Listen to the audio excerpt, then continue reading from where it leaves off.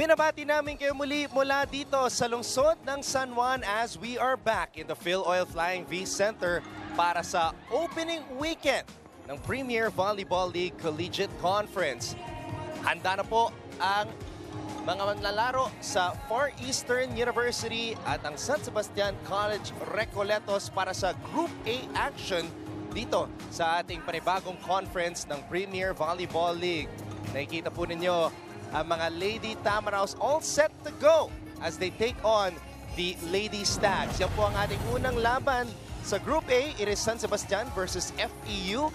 At mamaya mapapanood din po natin ang Technological Institute of the Philippines Lady Engineers na harap naman sa San Beda College Lady Red Spikers. This is all seen live on SNA and on SNA HD, Sky Cable Channel 166 all over the world sa pamamagitan ng the Filipino channel at by live streaming din po sa sports.abs-cbn.com.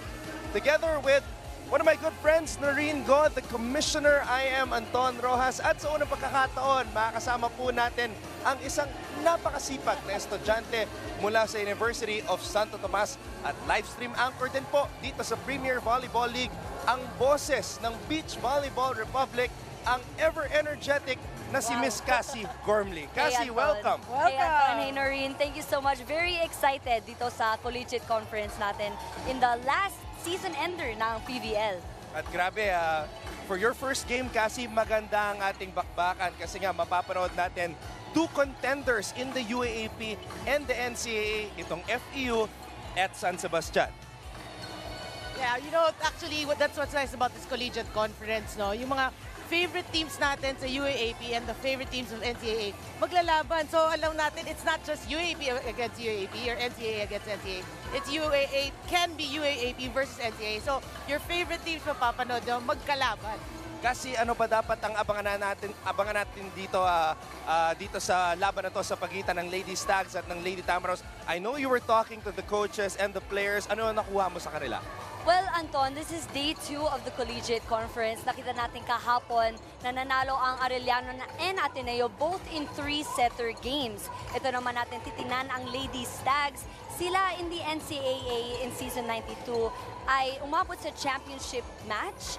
Sila ay na-sweep in elimination rounds, not losing one game. At ito naman ang FEU, umabot sa semifinals, ngunit natalo sa Ateneo in 4 sets. So, umabot nga sa finals muli, third straight season na umabot sa finals ng NCAA ang San Sebastian. Pero panibagong simula ito dahil wala na nga ang kanilang 3-time MVP na si Gretzel Soltones. We will see how the team of Coach Roger Gorea will do in the post-Soltones era. Pero bago natin pag-usapan at i-breakdown ang matchup, Noreen, pag-usapan natin ang format, silipin natin ang Group A at Group B ng ating 12-team tournament. That's right. And for Group A, it's Ateneo, San Sebastian, NU, LPU, FU, and JRU ang Group B. AU or Arellano, UP, TIP, SBC or San Beda, Adamson, and St. Benil. But so you see, yung sinasabi natin, UAAP, NCAA grouped in the same, so may Group A, may Group B, maglalaban yan. So it's going to be a very interesting conference. Silipin natin ang iba pang mga rules. Sinabi ko nga kanina, 12 teams. Nakita na natin kung sino ang kasama sa Group A at sino naman ang kasama sa Group B. Yep. At eto nga. It's actually a pretty short tournament when you think about it kasi 12 teams divided to 2 groups. We showed earlier A and B. Single round yon. A will play against A, B and will play against B. Top 2 lang ang magko-qualify. Nung pinakita natin yung the teams in Group A and Group B, kita mo, top 2 teams lang. So, you have to really win your games as much as possible if you want to get to the next round. It's very important na stress mo yon, Noreen. Kanina napag-usapan natin ng a little bit yung San Sebastian. Ito namang FEU kasi panibagong simula rin dahil nagbabalik rin bilang head coach ng women's volleyball team si Coach George Pascua. Yes, Anton, let's look at kung paano pinaghandaan ng FEU Lady Tamaraws ang kanilang mga koponan dito sa Collegiate Conference. Panoorin natin ito.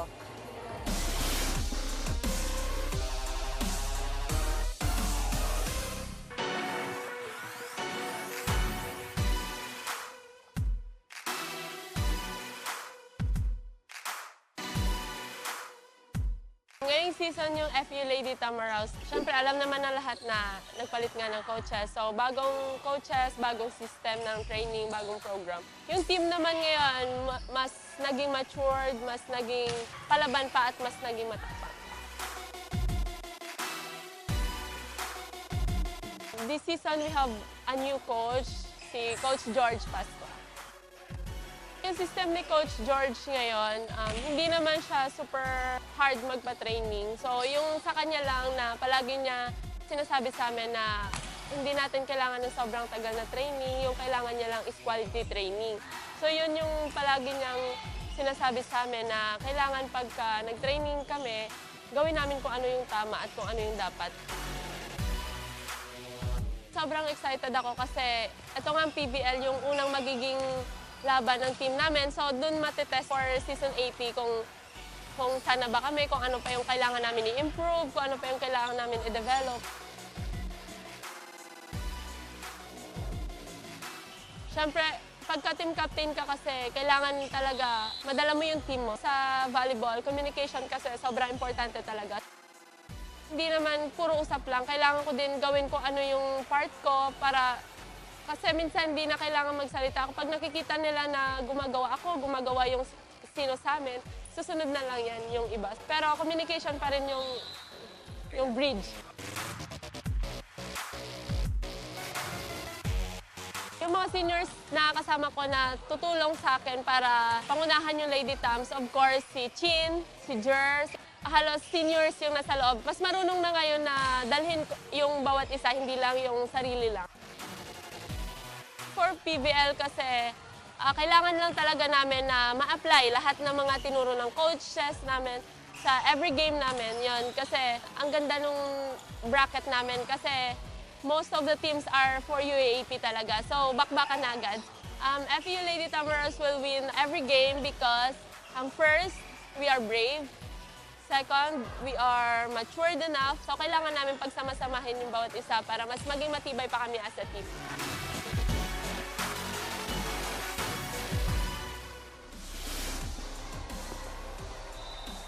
At yan, nakita natin, kaabang-abang nga naman ang FEU Lady Tamaraws. Nakita nyo nga, very hands-on ang bago nilang coach na si George Pasqua. At aabangan din natin yung mga seniors kung paano sila magsa-step up para labanan ng ibang mga college teams dito sa conference natin ngayon. But please do not forget to tweet us at ABS-CBN Sports and use the hashtag PVL on ABS-CBN for your thoughts and comments on the match. You can also check out exclusive photos on Instagram at ABS-CBN_sports. At huwag niyo din kalimutan subaybayan ang #1 sports website dito sa Pilipinas, sports.abscbn.com. At para naman sa ating Ronda Cam, we are here for you. Dahil nga naman, we have ang bago nating hashtag PVL on ABS-CBN.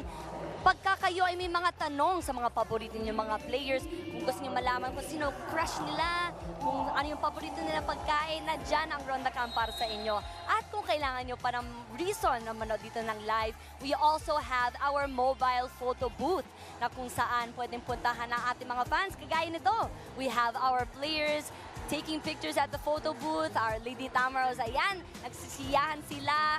Pwede niyo po puntahan at ating mga fans, samahan yung mga favorite players. Anton, mamaya, abangan kita dyan. Kasi nakailang photo ka na dyan sa photo booth? Kasi di na mabilang eh. Oo, kanina ka pa nakapwesto doon kanina eh, napansin ko eh. Abang-abang nga naman. Maraming salamat po. Please also do not forget to follow us on Facebook. Gusto talaga namin makamit yung 1 million likes. Kaya Anton, Noreen, i-like niyo na yan. Unti na lang makukuha na natin ang goal natin at Premier Volleyball League. Konti na lang talaga. Nasa ano na tayo eh, 926,000. Lapit na po. So ayan, magsama-sama po tayo. Tulungan natin ang Philippine Volleyball. Muli, gamitin na natin ang hashtag PVL on ABS-CBN. Subukan natin ipatrend yan. At syempre, hindi nawawala sa eksena ang ating mga napakasipag at energetic na DJs. I think we have DJ Louie on deck right now. I was looking over there a while ago. Nandun siya sa kanto. Ayan. Ayan, ready na itong si... Actually, medyo seryoso si DJ Louie ngayon. Hindi niya yata alam na naka-camera siya.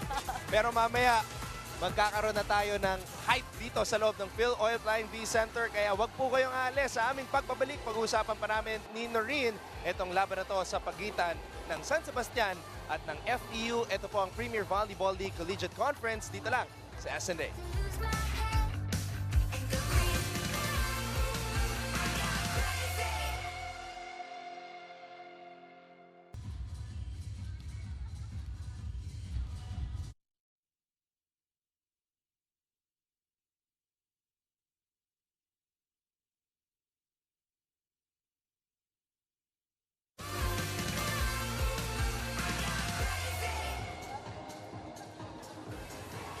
Yan yung pong natutunghayan ng Phil Oil Flying V Center dito sa lungsod ng San Juan kung saan maghaharap na po ang Far Eastern University at ang San Sebastian College Recoletos dito sa Group A action ng ating tournament. Maraming salamat muli sa pagtutok ngayon sa SNA. Ako po ang inyong lingkod, Anton Rojas, kasama si Noreen Go para sa isang napaka-exciting na laban sa pagitan ng FEU at ng San Sebastian. Noreen, itong Lady Tamaraws muli na namang nakarating sa Final Four ng UAAP nung nakaraang season. Kaya lang sila ay nabigo, but it's a new start for them. It's also a new start for San Sebastian sapagkat wala na po ang kanilang 3-time MVP na si Gretzel Soltones. She will no longer be a player pero nakita natin kasama na siya sa coaching staff ni Coach Roger Goreev. Yeah, you know, both teams pareho eh. Kasi for FEU na wala rin, we should mention Remy Palma. So they're so used to Remy Palma being there. Tapos ang San Sebastian, Soltones. So both teams magpapakita sa atin in this conference yung adjustment na gagawin nila without their captains. It's also a welcome development na nandiyan pa rin ang kanilang setter na si Vera Guillema, and the best libero, Alyssa Eroa, is also still there, bahagi ng kupunan. Joyce Santarita, nandiyan pa rin. Malaki ang inaasahan ni Coach Roger Goreev sa kanyang middle blocker na si Joyce. But let's try to get more from the San Sebastian side. Kanina nakausap ni Cassie Gormley itong si Vera Guillema. Well, Vera, paano niyo napaghandaan itong season na ito ngayon nang wala na si Gretchen Soltones? Well, everyday pa rin po kami nag-training and tinutukan po kami ni Coach Roger sa defense kasi po mas kailangan po namin yun. And tinuruan na rin po kami kung ano pa po yung mga plays na pwede pa po namin gawin doon sa loob ng court. At gano'ng ka-importante na may pakita nyo yung team chemistry out on the court dito sa PVL upang madala sa NCAA? Importante po yun kasi kailangan po namin makagain ng confidence and then yung tapang po sa court kailangan mapakita po namin para madala din po namin yun sa tournament which is NCAA. Maraming salamat, Vera. Back to you, Anton and Noreen. Vera May Guillema, dating naglaro para sa National University, lumipat sa San Sebastian para maging kapitana ng kupunan at ngayon siya ang mangunguna dito sa kupunan ni Coach Roger Goreev. Exciting times for San Sebastian. You know, Anton, I really believe the pre-season, the pre-NCAA or pre-UAAP season is very important in the development of a team. So for San Sebastian, they're hoping that, this experience here will make them grow as a team without Gretchen Soltones, how they will play together without their captain. And hopefully going into NCAA, they will bring this experience with them. Oo nga, NCAA volleyball is happening in just a couple of months. So this is a good preview of the new look San Sebastian Lady Stags. Ngayon naman, pag-usapan natin ang FEU Lady Tamaraws. Also, a new look, a new system with the return of 3-time champion player and 4-time men's volleyball champion coach from FEU, George Pascua. He will try to lead the likes of Jerely Malabanan and Bernadette Pons to greater heights in the UAAP.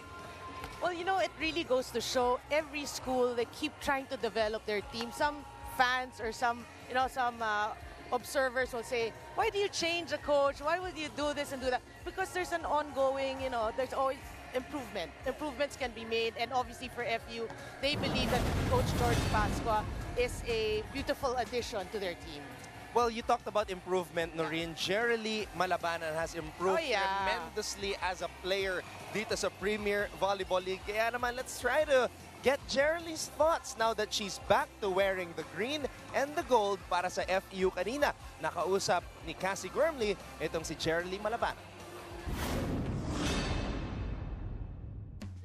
Well, Jerely, how is it working under your new coach, si George Pascua? It's been really good. So we have new coach, so it's a new defense that we have to learn, new strategies. So today is going to be like our test to see if we adjusted to his new system. And coming from the water defenders, what can you bring experience-wise to the collegiate side? Experience-wise, I think the one thing that I learned most from last conference is that volleyball is really about teamwork, so each player has to contribute to the team. Thank you very much, Jerry Lee. Back to you, Anton and Noreen. Ang kagandahan dito sa Premier Volleyball League Collegiate Conference, ito mga manlalaro katulad ni Jerry Lee Malabana na ating nakita sa ibang koponan. She just won a championship with Gretzel Soltones with the water defenders. So it's very interesting to see how Jerry Lee will do back in the Tamaraws home. Yeah, and we gotta mention, no, really, she's a more mature person or a player already coming to this conference. So we know that her role's going to be different from last UAAP season. Her role's going to be different. She needs to be one of the leaders right now, and she will help this FEU cause with their new coach. She only averaged a little over 5 points per match coming off the bench nung nakaraang season sa UAAP, and we expect those numbers to improve. Oh yeah. Now that they have George Pascua as their new head coach, and now that Jerry Lee is more experienced as a player dahil nga sa kanyang paglalaro dito sa PVL. Once again, paalala sa lahat ng aming mga kapamilya, just tweet us, tag us using ABS-CBN Sports, gamitin ang hashtag PVL on ABS-CBN. For everything about the league, you can check out our Facebook account, that is Premier Volleyball League. At syempre, binabati din namin ang lahat ng mga nanonood sa pamamagitan ng live streaming sa sports.abs-cbn.com. And of course, as we mentioned earlier, na rin hindi nawawala sa eksena itong si DJ Louie, ating DJ for today's first match. Ayan na, nakita na niya ang camera. Okay. We see you, DJ Louie, and we are all set for this matchup. Sa aming pagbabalik, it is San Sebastian versus FEU dito sa Collegiate Conference ng Premier Volleyball League sa SND.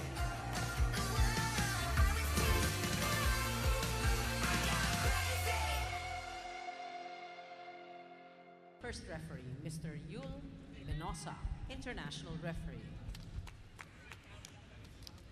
Second referee, Mr. Bob Malena, national referee. Before we introduce our starters, we'd like to say thank you to our friends.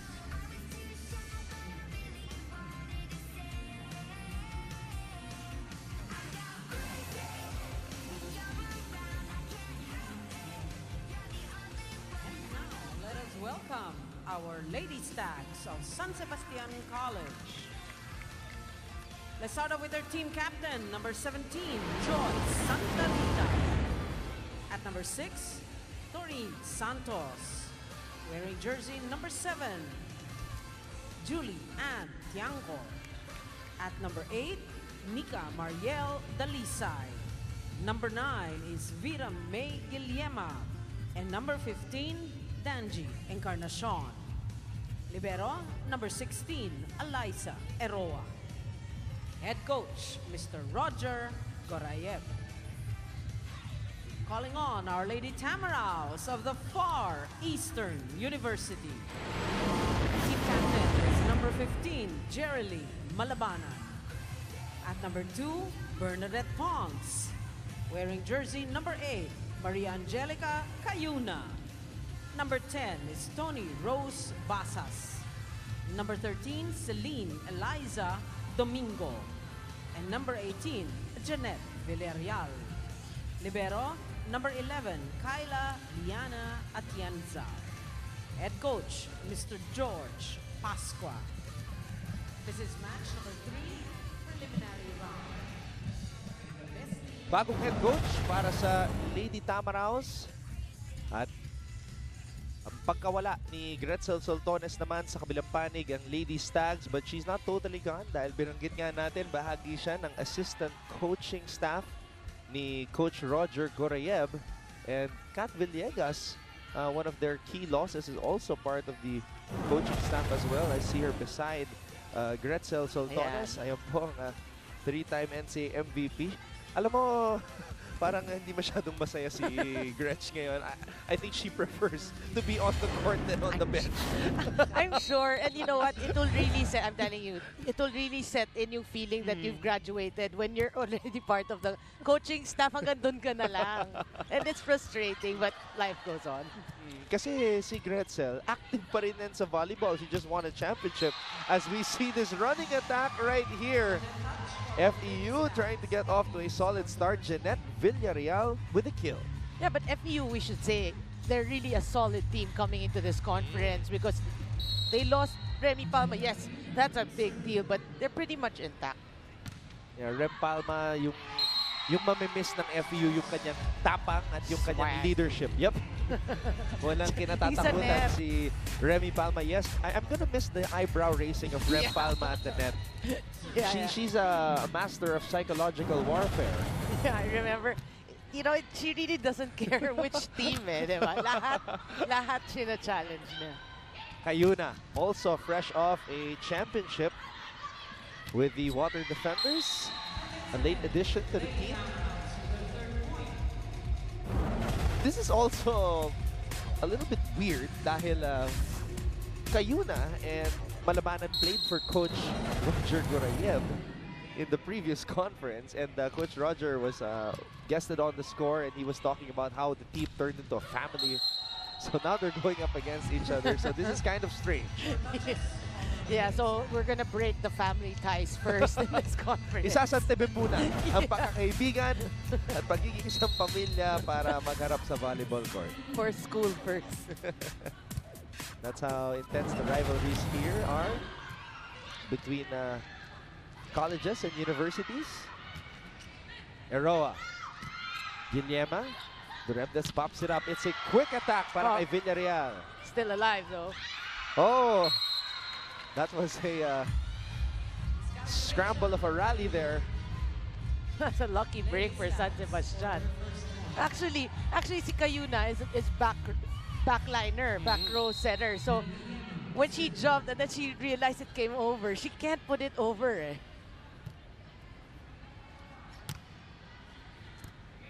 Kayuna. Tossing it up to Villarreal, and Noreen, itong si Jeanette Villarreal is very active to start this match. Yeah, we can obviously see the post-collegiate conference. I mean, pre-season. Obviously, their practice, they practice being aggressive, and things are looking good for Coach George Pasqua. Coach George Pasqua, yeah. Except for that. Yeah, Jeanette has to take a seat for a bit and get some words from the coaching staff as Nika Dalisay serves this one up para sa Lady Stags. Good serve. Kayuna. Ooh!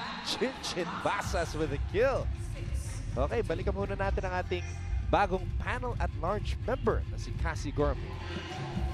Nakausap ko kanina ang bagong head coach ng FEU Lady Tamaraws na si George Pasqua. Sinabi na sa akin na hindi siya masyadong stricto sa kanyang mga players at gusto niyang naituring siya na bilang father figure na pwede siyang lapitan ng kahit ano yung mga problema nila on or off the court. Anton? Thank you very much, Cassie. Father figure. Kasi kilala ko si Coach George as a military man. They're very strict. So I think he's trying to change his approach a little bit. And I think coaches are like that.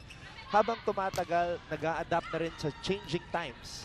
And they want talaga to let the players feel that, he's a shoulder to cry on, or yung father figure nga, when you need me, I'm here. So it's more family. Balik natin yung family ties.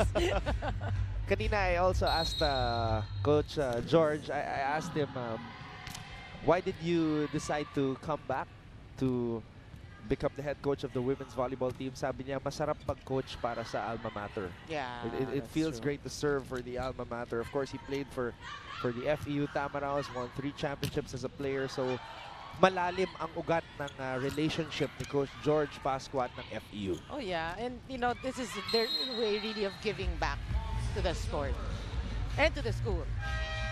Meanwhile, Bernadette Ponce, the captain, is able to score, and the Lady Tamaraws lead the Lady Stags 8-2.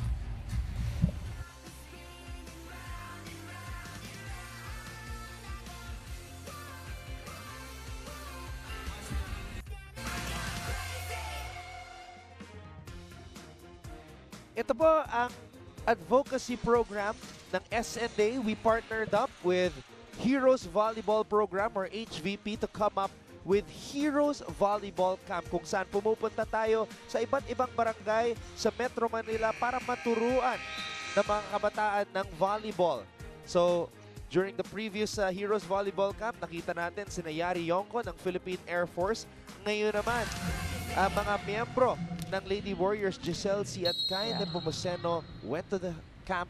They were the featured volleyball idols and they taught the kids there.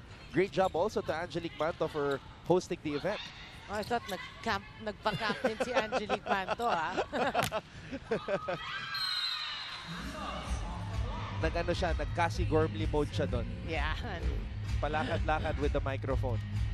Well, you know, early on in that first technical time, I was telling you, this Domingo, formerly from UE, now at FEU, you can see she's really fit right now. So, look, tip-top shape, actually. And she was the captain when she was with UE. A very young captain. So, may nawala ng Remy Palma. A lot of leadership, of course, yung dala ni Rem Palma. Pero may nadagdag naman with the arrival of Celine Domingo. Oh, and I think she can play na, no? This UAP, coming UAP. Samantala, Santos is able to break down the wall. Doreen Santos. Well, strong start for FEU, but we know that San Sebastian, they're at a high with their coach just winning the previous conference. So we're hoping that the players will get something from that. Ang napansin ko kay Coach Roger, and this is a guy who started coaching in the mid-80s, won so many championships in all levels. He's kind of mellowed down, no? Si Coach Roger. He's more of a jolly guy now. Yeah. It comes with age.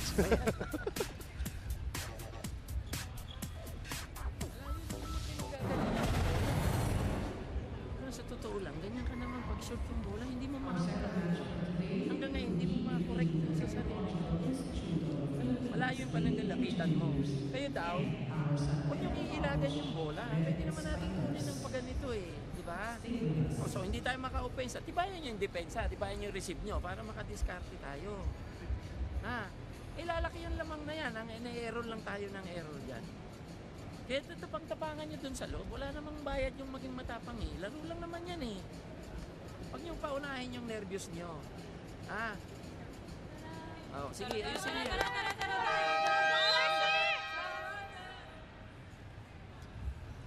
Coach Roger Goreyeb, as I was saying, nag-mellow down na. Yun na yung pinaka-mellow ni Coach Roger. Testament to what you just said. Pero ang maganda is he'll explain it. But towards the end or towards the latter part, sabihin na, okay na, go na. Nakita natin ang mga magulang ni Celine Domingo. Waiting, I'm sure they've waited for this opportunity to see her daughter really get to play na and hopefully in the next UAAP. 12-4. UAP, of course, starting September 9th, Sabado na po. So, we'll kick things off with the men's basketball tournament. Tapos sa second semester, early next year, volleyball naman. Non-stop ang volleyball, no? Kaya eto muna, Noreen, konting preview ng UAP at NCAA. Lanji Encarnacion, Cayuna, Villarreal, napaka-aktibo dito sa laban na to. Dalisay, popped up by Domingo. Oh, sent back by Santa Rita.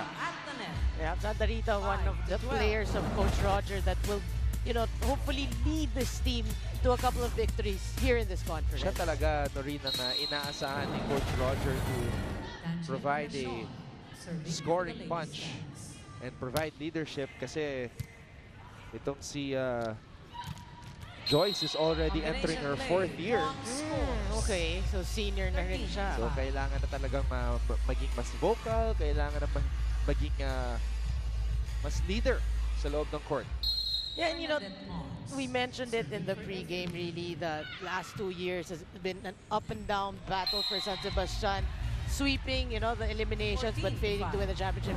So they're hoping not this third time will be their time to actually win the crown, talking about San Sebastian. Last year, there was that sense of urgency na ito na yung huling taon ni Gretzel, ito na yung huling taon ni Kat Villegas. So, they really felt that it was their year. But in the finals, they were just... Everybody was just shocked by what Arellano University did. Which happened the year before. Against CSB naman. So those are two heartbreaking finals experiences na sana nagpalakas dito sa mga manlalaro ng San Sebastian. Yeah, it should, because you have to, we always mention, you have to look at the positive, and what is that? It makes you stronger. So hopefully the third time, which is this year, they'll perform better.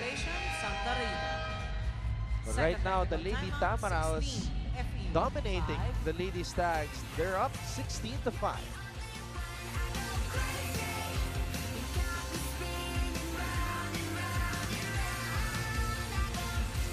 A Good Vibes Freeze Moment brought to you by Creamline. Magpa-Good Vibes, mag-Creamline Creamy Ice Cream. Ito ba ang epekto ng creamy ice cream ng Creamline, Norin?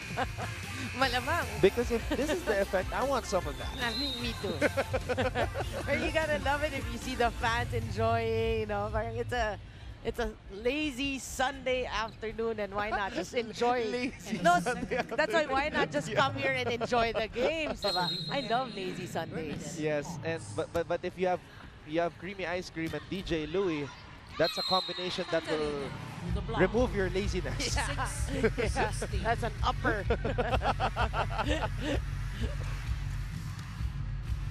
Joyce Santa Rita. Joyce Santa Rita. Babalik dito sa service line. Lady Stags down big. What do you think is wrong with the Lady Stags at this point, Noreen? Parang they can't get themselves going right now. Well, that's exactly what Coach Roger mentioned in one of the huddles is, you know, maging matapang kayo. They're obviously intimidated by the FEU with their new coach and an intact lineup. So what they have to do really is to forget about it, listen to coach, and just play their game. 7-16. And as you were saying that, nakapuntos itong si Dalisay, Nika Dalisay. For years, Coach Roger has been telling me that he expects a lot from this girl, si Nika Dalisay, and that was a good sign for Nika right there at San Sebastian. Yeah, but they need more of that from her. And here she is, Nika Dalisay. Naka-recover. Itong si Villarreal, malabanan. Cross-court. Guillema sets it up to the back. Nothing there for Santos. On the second touch, Cayuna, nahuli siya. Dalisay. Oh, still alive. The rally continues. Villarreal breaks down the wall. Off the block. Well, so far here in the first set, we can see for FEU, the quick is an option. Really, we've seen a lot of attempts at least. Let's check out those people feeling the laziness at home but still managing to tweet us. From Ernesto, Captain Pons on deck, leading Tamaraws for this conference. Go FEU, show them your hashtag swag. Yeah. Si Coco Poras naman, nakakagigil talaga ang mga palo dito sa PVL. Thanks to ABS-CBN Sports in Action for bringing the PVL to Jeddah, Saudi Arabia. Wow. Mabuhay kayo dyan, Saudi Arabia. And thank you to everybody who tuned into the PVL yesterday on opening day. We trended at the #1 spot, yung ating hashtag PVL on ABS-CBN. Hopefully, we could do that again today on this lazy Sunday. Yeah. This lazy Sunday. Let's put some spunk into this day. Oh, FEU complaining. Ayun na. Oh, Chin Basas. Cross-court shot. Cross-court for the kill. Everybody playing well for FEU. That's also the problem you asked earlier. What's the problem of San Sebastian? It's also because FEU is really playing well here in the first set. Maganda ang pinapakita. Itong FEU. Oh! Kanina, sumobra. Ngayon naman, sumakto dun sa kanto. Ayan, malinaw. So, ang gagawin, pinalo mo yung bola. paluin mo ng todo. Hindi po pwedeng ka ganun-ganunin mo lang yung palo. Pero ka, di ba? Galing doon eh. Talagang ikaw na nga yung tinatarget dito. Hindi nyo pwede lilingunin lang yung bola. Paluin nyo ng todo. Nasa yung coverage nyo. Hindi kayo kumukover kanina. Siya na yung pumalo. Sinika na siya. Pa rin gumawa ng coverage niya.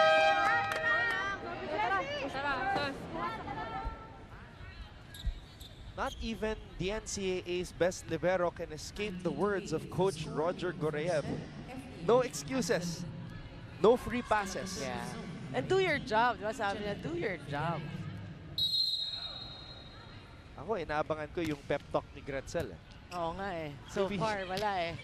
It's her first TV game as an assistant coach, so she's probably waiting for her time to speak.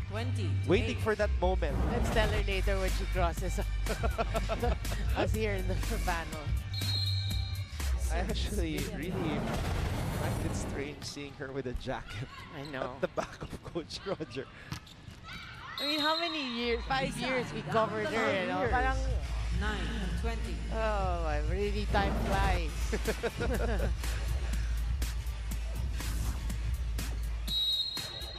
There's the former NCAA Rookie of the Year, Nika Dalisay, getting the point.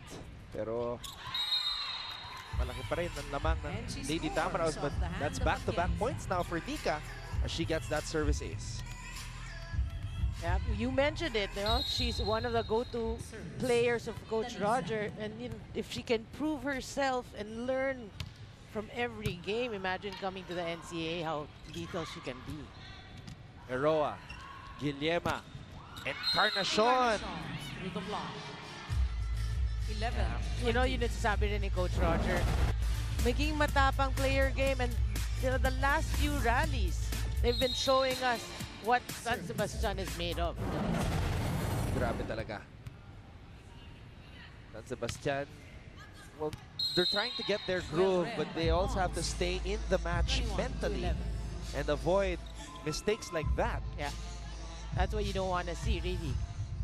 Jerry Malabana serving for FEU. Serve. Guillema, back set. Santos getting roof, but Santos it goes out, on so the that's a hit point out. for her. The 12 incoming to 21. sophomore, Doreen Santos. Yeah, we can see the position of the hand of Bernadette Pons. It touched her hand, but it moved it outside. So if you want to learn how to block, you have to know how to position your hands. Drop shot. Domingo. 22 to 12.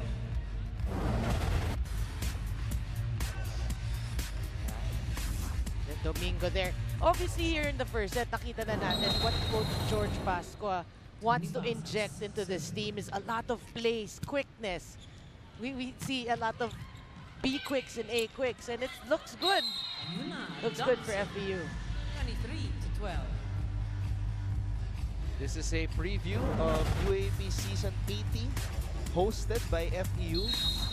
It's a very early season preview, and we're very happy to everybody checking out the matches here sa Premier Volleyball League. This is our third and final 23. conference for the inaugural year of the PVL, as we see this hit by Joyce Santa Rita. Yeah, making her presence felt there. Santos. Still down by 10 though. Cayuna to Domingo. Guillema. Encarnacion, single block by Cayuna.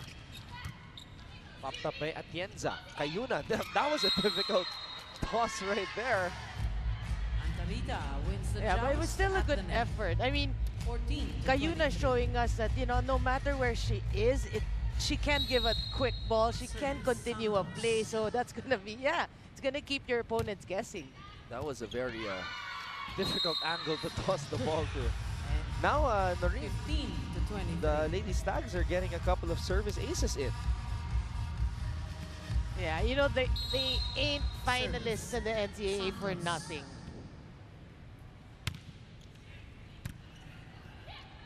Cayuna. Here's Pons. Eroa picks it up. Guillema tossing it up for the G Encarnacion. Net touch. And that's a net touch on Gel. Cayuna. It's getting interesting here towards the end of the first set. Humahabol eh. Humahabol Service. ang San Sebastian. After trailing by as many as 11. Santos. Yeah, another good serve. Ulis. Ponce. Santos again. Malabanan was there. Ponce na naman. Ooh! Miscalculation. Ponce. No blockers, but 17, Ponce was 23. too far away from the net. Yeah, a bit of hesitation there. She's done that a lot of times. You've seen her do that a lot of times, and this time took her eyes off the ball.